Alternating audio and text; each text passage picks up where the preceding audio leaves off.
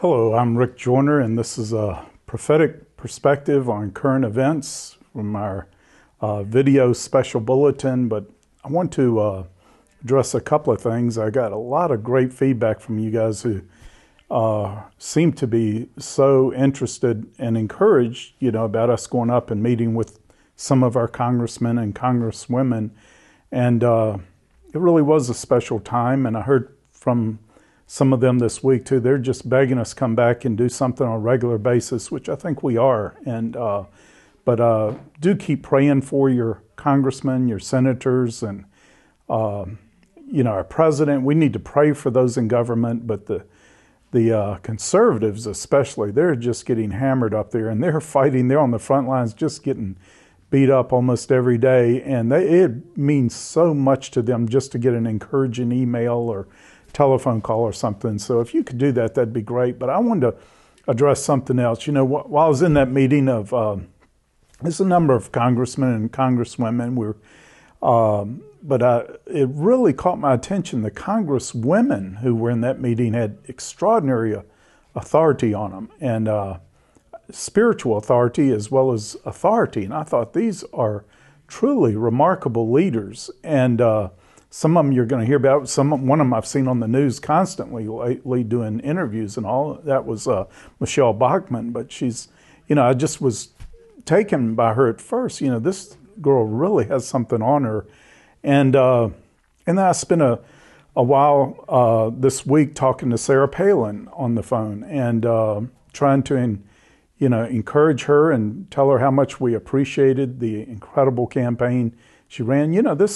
This lady really got beat up by the press, and to me it was shocking, the bias and how the other side would say the silliest things you can imagine and not even get a mention on it, and how anything that Sarah Palin said was just taken out of context. But in one sense that really encouraged me, and it encouraged me when I heard that the Democrats have their people up in Alaska right now watching her every move to try to find anything they can just hammer her on or make hay out of, in a negative sense. And they're obviously extremely threatened by her. And I believe rightly so. I believe there is a spiritual authority and a calling on Governor Palin that is extraordinary. And I told her in no uncertain terms that, I appreciate her heart for Alaska. She truly has a heart for Alaska. I mean, she is just in love with her state, and we should all be that way. But, she wants to be the best governor she can and do the best job for the Alaskan people, and that's certainly wonderful. But I believe she has a national calling on her life. I felt that when I first saw her on the television. When I was walking through the room, I didn't even know who she was. It was when John McCain was introducing her as her running mate, but she was already speaking, and I didn't know who she was, but I felt right away, I am listening to the President of the United States.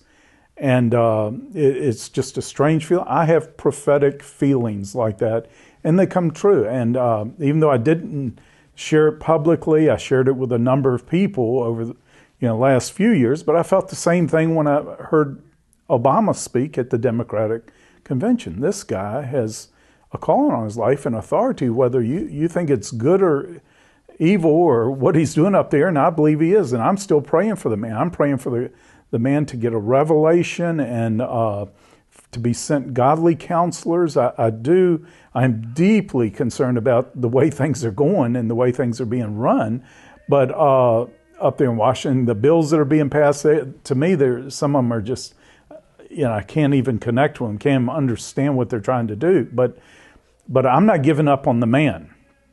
And I'm not giving up on Sarah Palin either. And the reason I'm sharing that with you is we need to, when the press goes after someone like that, or when the accuser goes after someone like that, I don't think we need to let them win.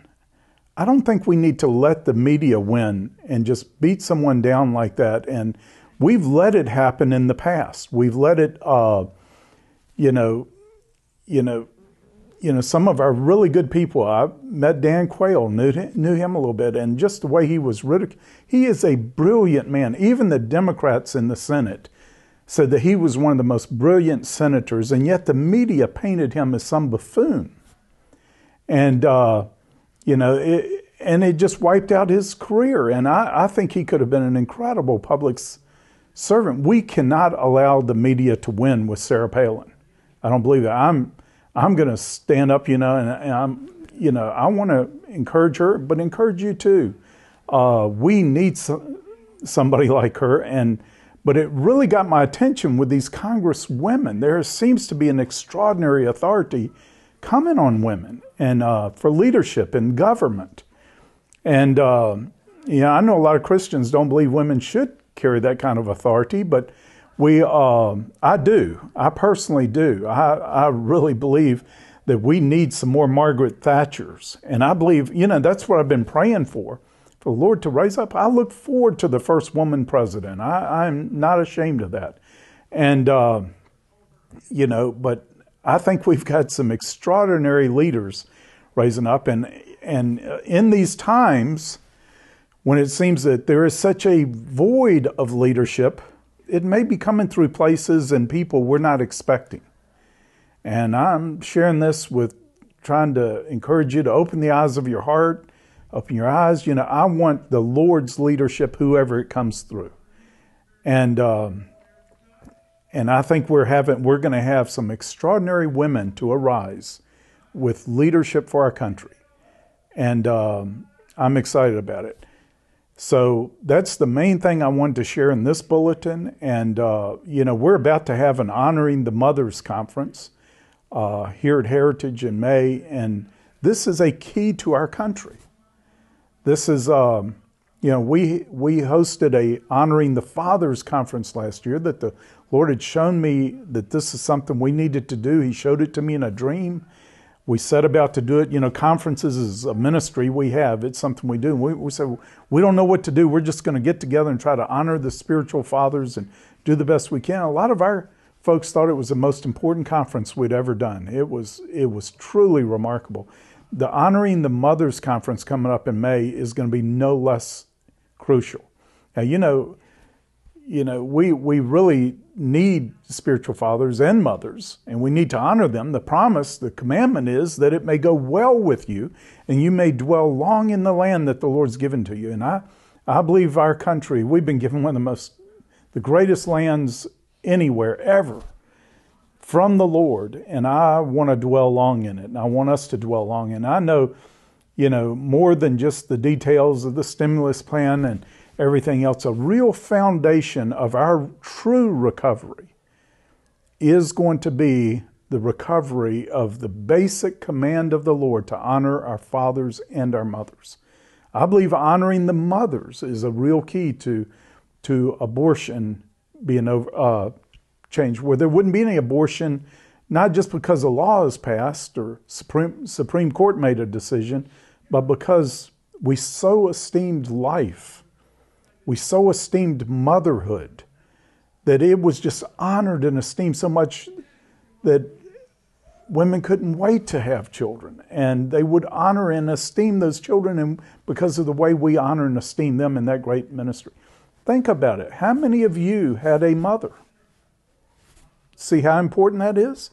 We really need to do this. And, the scripture doesn't say honor the great mothers or the perfect mothers, just the ones you have. And I would encourage you to do something. We're doing this just before Mother's Day here at Heritage. We'd love to have you join us, but more than that, honor your mother. Do something to honor her. The great thing she's done, and more than just a card or flowers on Mother's Day, is something we need to do to re-engage this. And don't forget to honor your fathers too. But anyway, I just wanted to share this with you. I believe it's important. It's a perspective I'm starting to get. God is really anointing women with great authority. And we're going to see some incredible women being raised up by God in our times. Thank you.